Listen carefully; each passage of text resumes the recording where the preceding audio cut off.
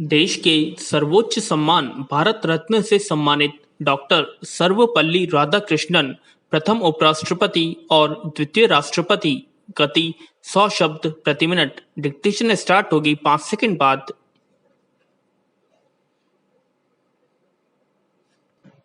Start. Doctor Sarvepalli Radhakrishnan Bharat के प्रथम उपराष्ट्रपति और द्वितीय राष्ट्रपति रहे। विराम।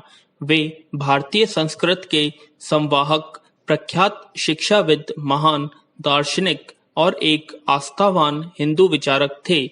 उनके इन्हीं गुणों के कारण सन 1954 में भारत सरकार ने उन्हें सर्वोच्च सम्मान भारत रत्न से अलंकृत किया था। विराम। डॉक्टर राधाकृष्णन का जन्म तमिलनाडु के तिरुतनी ग्राम में, जो तत्कालीन मद्रास से लगभग 64 किलोमीटर की दूरी पर स्थित है, 5 सितंबर 1988 को हुआ था। जिस परिवार में उनका जन्म हुआ वह एक ब्राह्मण परिवार था। राधाकृष्णन का बाल्यकाल तिरुतनी एवं तिरुपति जैसे धार्मिक स्थलों पर ही व्यतीत हुआ।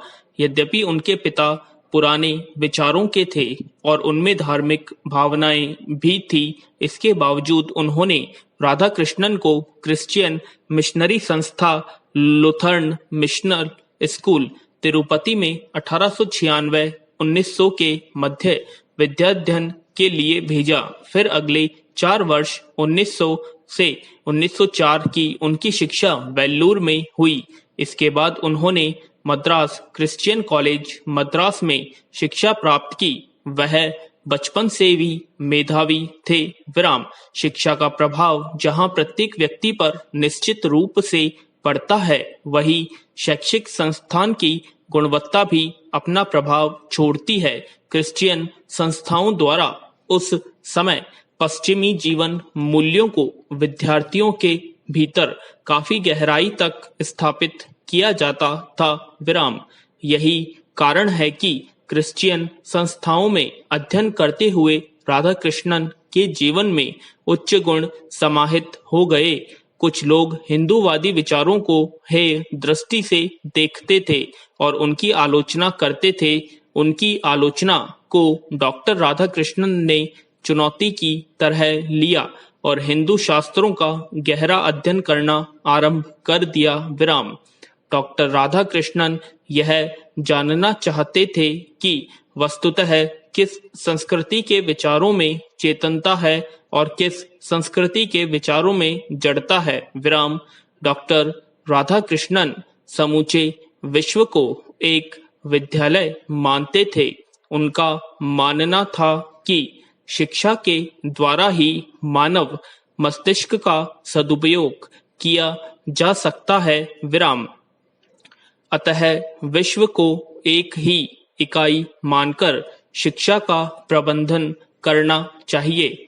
ब्रिटेन के एडिनबरा विश्वविद्यालय में दिए अपने भाषण में डॉक्टर सर्वपल्ली राधाकृष्णन ने कहा था, मानव को एक होना चाहिए।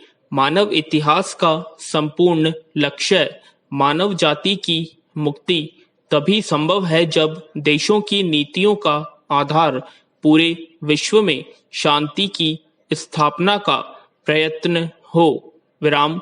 डॉक्टर राधाकृष्णन अपनी बुद्धि से परिपूर्ण व्याख्याओं, आनंददायी अभिव्यक्तियों और हल्की गुदगुदाने वाली कहानियों से छात्रों को मंत्रमुग्ध कर देते थे। उच्च नैतिक मूल्यों और अपने आचरण में उतारने की प्रेरणा वह अपने छात्रों को भी देते थे। जिस भी विषय को पढ़ाते थे, पहले स्वयं उसका गहन अध्ययन करते थे। दर्शन जैसे गंभीर विषय को भी वह अपनी शैली से सरल, रोचक और प्रिय बना देते थे। इसलिए इनके जन्म दिवस को शिक्षक दिवस के रूप में मनाया जाता है। विराम। पैरा। सर्वपल्ली राधाकृष्णन की यह प्रतिभा थी कि स्वतंत्रता के बाद इन्हें संविधान निर्मात्री सभा का सदस्य बनाया गया। वे 1947 से 1949 तक इसके सदस्य रहे। इसी समय वे कई विश्वविद्यालयों के चेयरमैन भी नियुक्त किए गए। अखिल भारतीय कांग्रेस जन यह चाहते थे कि सर्वपल्ली राधाकृष्णन गैर राजनीतिक व्यक्ति होते हुए भी संविधान सभा के सदस्य बनाए जाएं।